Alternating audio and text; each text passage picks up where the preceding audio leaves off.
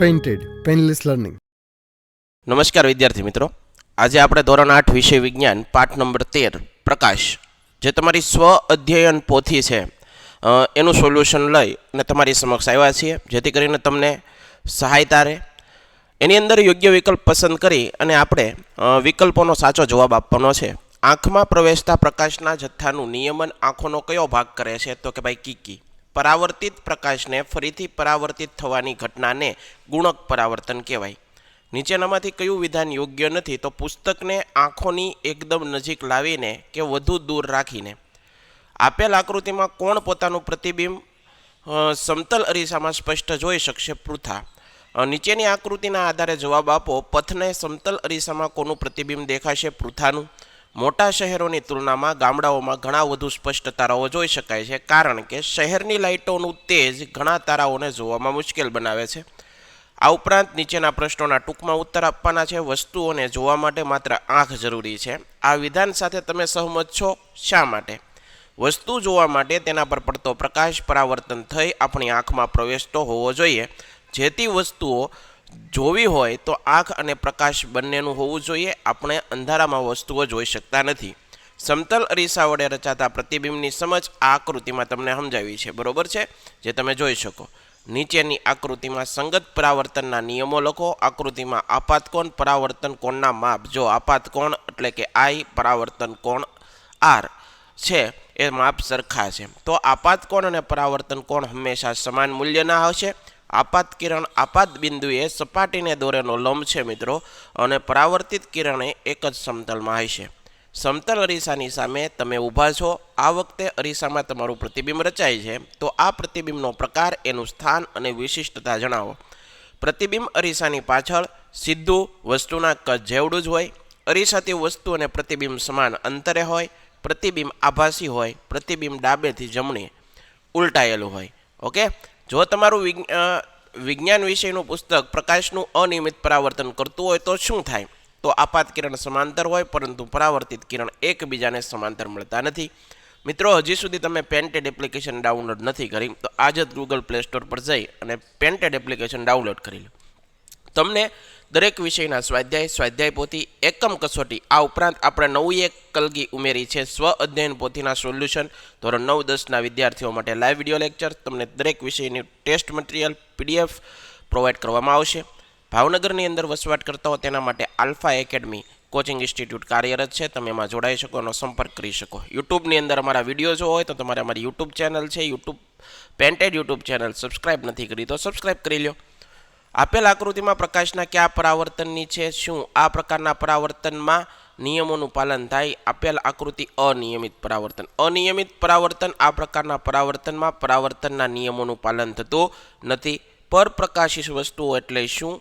આકાશમાં જોવા મળતા ચંદ્ર સિવાય પદાર્થોના નામ આપો. જે વસ્તુ પોતે પ્રકાશનું ઉત્સર્જન કરતી ન હોય, પરંતુ તે વસ્તુ પર પડતા પ્રકાશના પરાવર્તનને કારણે તે દેખાય છે, તે વસ્તુને પરપ્રકાશિત વસ્તુઓ કહેવાય છે. શુક્ર અને મંગળ તેના ઉદાહરણ છે.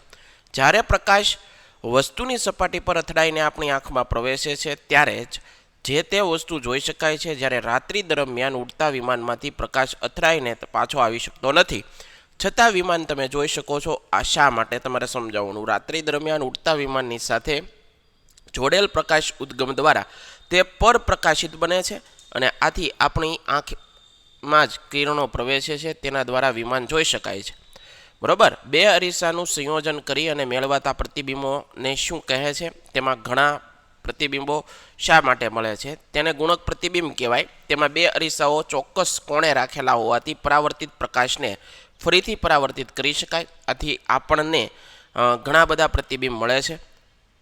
પ્રતિબિંબોની સંખ્યા 360 ડિગ્રીના છેદમાં બે અરીસા વચ્ચેનો ખૂણો -1. ઉપરોક્ત સૂત્રનો ઉપયોગ કરી બે અરીસા વચ્ચેનો 60 અને 120ના ખૂણાથી રાખવામાં કેટલા પ્રતિબિંબ મળે તેની ગણતરી કરવાની છે, જે તમને અહીંયા દર્શાવી છે, જોઈ શકો. સામાન્ય રીતે મોટી ઉંમરના લોકોમાં દ્રષ્ટિ ધૂંધળી થઈ જાય છે, તો આ ખામીનું કારણ, તેના ઉદાહરણ ઉપાય શું હોઈ શકે? મોટી ઉંમરે આંખોનો લેન્સ ધૂંધળા બની જવાને લીધે દ્રષ્ટિ ઝાંખી થઈ જાય છે. આ પ્રકારની આંખની ખામીને આંખનો મોતિયો કહેવાય. તેના કારણે આંખની દ્રષ્ટિ નબળી પડી જાય છે. તેથી આંખના અપારદર્શક લેન્સને દૂર કરી નવો કૃત્રિમ લેન્સ દાખલ કરવામાં આવે છે. ધારો કે તમે કોઈ અંધારિયા રૂમમાં છો, શું તમને રૂમમાં કોઈ વસ્તુ દેખાશે? શા માટે? વસ્તુ જોવા માટે તેના પર પડતો પ્રકાશ પરાવર્તિત થઈ અને આપણી આંખમાં પ્રવેશવો જોઈએ. આ શરત છે. અંધારા ઓરડામાં પ્રકાશ ન હોવાથી તે આપણે જોઈ શકતા નથી. ઓકે. આ ઉપરાંત કાર્તિક આકૃતિમાં આપેલ પાઇપમાંથી ઝાડને જોવા માંગે છે તો તે શું જોઈ શકશે? શા માટે? ના, કાર્તિક આકૃતિમાં આપેલ પાઇપમાંથી ઝાડને જોઈ શકશે નહીં. એનું કારણ છે કે પાઇપ વચ્ચેથી વક્રાકાર હોવાથી કાર્તિક ઝાડને જોઈ શકવાનો નથી. વર્ક શબ્દને સમતલ અરીસા સામે બે જુદી જુદી રીતે રાખેલ છે તો અરીસાનું તેનું પ્રતિબિંબ કેવું દેખાય? જો તમને દેખાય છે, જો આવી રીતનું દેખાશે. ઓકે. વૈજ્ઞાનિક કારણો આપવાના છે. ભીંતચિત્રો અને વસ્ત્રોની ડિઝાઇન બનાવવાવાળા કેલિડોસ્કોપ સિદ્ધાંતનો ઉપયોગ કરે છે. કેલિડોસ્કોપ અગત્યનો ગુણધર્મ એક જ પેટર્ન બીજી વાર જોવા મળતી નથી. આથી ભીંતચિત્રો અને વસ્ત્રોની ડિઝાઇન બનાવતા લોકો નવી કલ્પના કરવા માટે કેલિડોસ્કોપ વાપરે છે. આપણે પુસ્તકને યોગ્ય અંતરે રાખી વાંચવું જોઈએ. આંખોની એકદમ નજીક કે દૂર રાખીને પુસ્તક ન વાંચવું જોઈએ. આંખ અને પુસ્તક વચ્ચે અંતર 25 સેન્ટીમીટર રાખવું. જો યોગ્ય અંતર ન રાખીએ તો આંખની ખામીઓ થવાની શક્યતા રહે છે અને યોગ્ય અક્ષરો દેખાતા નથી. ફિલ્મની પટ્ટીમાં સ્થિર ચિત્રો હોવા છતાં પડદા પર ચિત્રો હલનચલન કરતા લાગે છે. દ્રષ્ટિ સાતત્યના લીધે આવું શક્ય છે. સ્થિર ચિત્રોને આંખો સામેથી પ્રતિ સેકન્ડ 316 કે તેથી વધુ દરે પસાર કરતા તે સતત ગતિ કરવા લાગે છે. આથી ફિલ્મની પટ્ટીમાં ચિત્રો સ્થિર હોવા છતાં પડદા પર હલનચલન કરતા લાગે છે. નીચેના પ્રશ્નોના ઉત્તર. માનવ આંખની નામ નિર્દેશવાળી આકૃતિ જેની અંદર જો તમને સિલિયરી સ્નાયુઓ દેખાડ્યા છે, આઇરિસ, કિકી, કોર્નિયા, રેટિના જ્યાં પ્રતિબિંબ રચાય છે અને દ્રષ્ટિ ચેતાઓ. આપણી આંખમાં નાની નાની નસ જેવી રચનાઓ હોય અને દ્રષ્ટિ ચેતાઓ કહેવાય. આંખ કેવી રીતે કાર્ય કરે એ સમજાવવાનું છે. પ્રકાશ સૌ પ્રથમ પારદર્શક પટલમાં પ્રવેશ કરી વક્રીભવન પામે. કિકી દ્વારા નેત્રમણી પર વક્રીભવન થઈ નેત્રપટલ પર પડે છે. ત્યાંથી પ્રકાશ સંવેદી કોષો દ્વારા પ્રકાશ સંવેદના અનુભવી દ્રષ્ટિચેતા મારફતે મગજ સુધી પહોંચે છે. જો તમને નીચે દર્શાવેલી કાગળની શીટ આપવામાં આવે તો તમે શું સમજવા માટેની પ્રવૃત્તિ કરશો? કેવી રીતે? આ શીટમાં અંધબિંદુના નિર્દેશન માટેની પ્રવૃત્તિ કરીશું. સૌ પ્રથમ જમણી આંખ બંધ કરી શીટને આંખથી ભુજા જેટલા અંતરે રાખી સતત જોતા રહો. પછી ધીમે ધીમે શીટને નજીક લાવો. ચિહ્ન અદૃશ્ય થતું જણાય છે. હવે જમણી આંખ બંધ કરી જોતા રહો. શીટ નજીક લાવતા અદૃશ્ય થતું જણાય. આમ રેટિના પર એવું બિંદુ છે કે જ્યાં પ્રકાશ પડે છે ત્યારે તેનો સંદેશ મગજને પહોંચી શકતો નથી. તેને અંધબિંદુ કહેવામાં આવે છે. તમારા વર્ગના વિદ્યાર્થી અંકિત તેની સામે મૂકેલા જુદા જુદા રંગોને પારખી શકતો નથી તો તમે તમારા અભ્યાસના આધારે એની એ ખામી વિશે શું કહેશો? અંકિત તેની સામે જુદા જુદા રંગો નથી પારખી શકતો અથવા તેમની વચ્ચેનો ભેદ નથી પારખી શકતો. તેને રંગ અંધત્વની ખામી હોય છે. રેટિના પર બનેલા પ્રતિબિંબની છાપ વસ્તુને ખસેડી લીધા પછી તરત જ અદૃશ્ય થતી નથી. તે લગભગ 1 સેકન્ડના 16મા ભાગ સુધી ચાલુ રહ્યા છે. આ વિધાનને અનુરૂપ તમે અનુભવેલું ઉદાહરણ આપો. ફિલ્મની પટ્ટીમાં ચિત્રો હોવા છતાં પટલ પર હલનચલન કરતા દેખાય છે. બસ કે ટ્રેનમાં જતા હોય ત્યારે ઝાડ કે અન્ય વસ્તુ સ્થિર હોવા છતાં ગતિમાં હોય તેવું લાગે છે. આંખમાં કૃત્રિમ લેન્સ દાખલ કરવાની જરૂર શા માટે પડે? કોઈ વ્યક્તિ નજીકની કે દૂરની વસ્તુ સ્પષ્ટ જોઈ શકતી નથી અથવા ક્યારેક લેન્સ ધૂંધળા થવાને લીધે મોતિયો આવે છે. ત્યારે અપારદર્શક લેન્સ દૂર કરી કૃત્રિમ નવો લેન્સ આંખમાં દાખલ કરવામાં આવે છે. જોસેફ 3 વર્ષની ઉંમરનો છે. તેની બંને આંખોમાં કોઈ ચેપ લાગે છે. 6 મહિના સારવાર કરવા છતાં પોતાની આંખો તે ગુમાવી દે છે. તેના કુટુંબીજનો જોસેફને અંધાપો આવવાથી ચિંતિત થાય છે. હવે જોસેફ 12 વર્ષનો થયો. તેની આંખની દ્રષ્ટિ ન હોવા છતાં અન્ય વિદ્યાર્થીઓની જેમ સરળતાથી વાંચી શકે છે. આ બાળકને આંખો ન હોવા છતાં કયા અંગથી વાંચી શકતો હોય? જોસેફ તેનું વાંચન કાર્ય કેવી રીતે શીખ્યો હોય છે?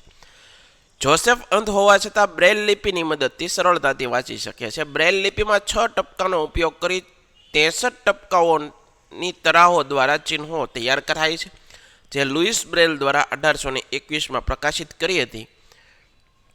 આથી બરોબર છે. વિસ્તૃત ઉત્તર આપો. આપણી આંખની સલામતી માટે આપણે શું કરવું જોઈએ? આપણી આંખની સલામતી માટે ઓછા કે વધારે પ્રકાશમાં વાંચવું નહીં. આંખો સ્વચ્છ પાણીથી ધોઈ રાખવી. સૂર્ય અને અન્ય શક્તિશાળી પ્રકાશ તરફ સીધું ન જોવું, આંખોને ચોળવી નહીં, યોગ્ય દૃષ્ટિ માટે હંમેશા સામાન્ય અંતર રાખીને વાંચવું. વિટામિનની ખામીથી આંખમાં રતાંધળાપણું સર્જાય છે. આ ખામી ન સર્જાય તે માટે આપણે શું કરવું જોઈએ? વિટામિનયુક્ત ખોરાકના ઘટકોની ઉણપ આંખોના રોગો માટે જવાબદાર છે. યોગ્ય પ્રમાણમાં વિટામિનયુક્ત ખોરાક આહારમાં લેવાથી આંખનો રોગ તથા રતાંધળાપણાથી બચી શકાય. ગાજર, કોથમરી, માખણ, પપૈયું, કેરી વગેરેનો ખોરાકમાં સમાવેશ કરવો જોઈએ. આપાત કિરણ, પરાવર્તિત કિરણ, આપાત બિંદુએ સપાટીને દોરેલો લંબ એક જ સમતલમાં હોય છે. આ નિયમ સમજાવતી પ્રવૃત્તિનું વર્ણન કરો. એક સફેદ કાર્ડ ટેબલ ઉપર એવી રીતે ગોઠવો કે જેથી થોડાક ભાગ ટેબલની ધારેની બહાર રહે. કાંસકાના મધ્ય ભાગ સિવાયના દાંતાવાળી પટ્ટીથી બંધ કરો. કાંસકાની એક બાજુથી ટોર્ચ દ્વારા પ્રકાશ ફેંકી બંનેને એવી રીતે ગોઠવો કે જેથી બીજી બાજુ પરાવર્તિત કિરણો જોઈ શકાય. પેપરનો બહારનો ભાગ વાળીને તો પરાવર્તિત કિરણ દેખાશે નહીં. આથી મેઘધનુષ્ય પ્રકાશનું વિભાજન દર્શાવતી કુદરતી ઘટના છે. તમે તમારા વર્ગખંડમાં મેઘધનુષ્યના રંગો જેવો વર્ણપટ મેળવી શકશો. કેવી રીતે મેળવી શકાય તેનું વર્ણન કરો. યોગ્ય માપનો એક અરીસો લો, તેને વાટકામાં મૂકો, વાટકાને પાણીથી ભરો. આ ગોઠવણીને બારીની નજીક મૂકો. સૂર્યપ્રકાશ અરીસામાં પડે તે રીતે વાટકાનું સ્થાન ગોઠવો. અરીસામાં પરાવર્તિત કિરણ સફેદ દિવાલ પર પાડવા દો. દિવાલ સફેદ ન હોય તો દિવાલ પર મોટો સફેદ કાગળ ચિપકાવો અને પરાવર્તિત પ્રકાશમાં વિવિધ રંગો જોવા મળે છે. અરીસો અને પાણી બંને સંયુક્ત રીતે એક પ્રતીતિ રચે છે. આ પ્રતિબિંબને સૂર્યપ્રકાશને તેના 7 રંગોમાં વિભાજિત કરે છે. નીચે આપેલા આપાત કોણ, પરાવર્તન કોણના માપ લખો જે અહીંયા દર્શાવેલા છે, જોઈ શકો તમે.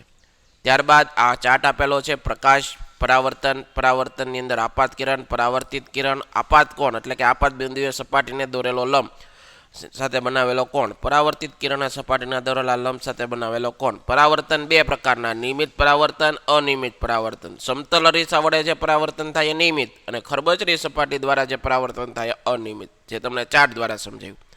આશા રાખું તમને સમજાણું હશે. ફરીવાર આવા સોલ્યુશન સાથે મળશું. ત્યાં સુધી અમને રજા આપો. જય હિન્દ, જય ભારત, ધન્યવાદ. Painted, Painless Learning.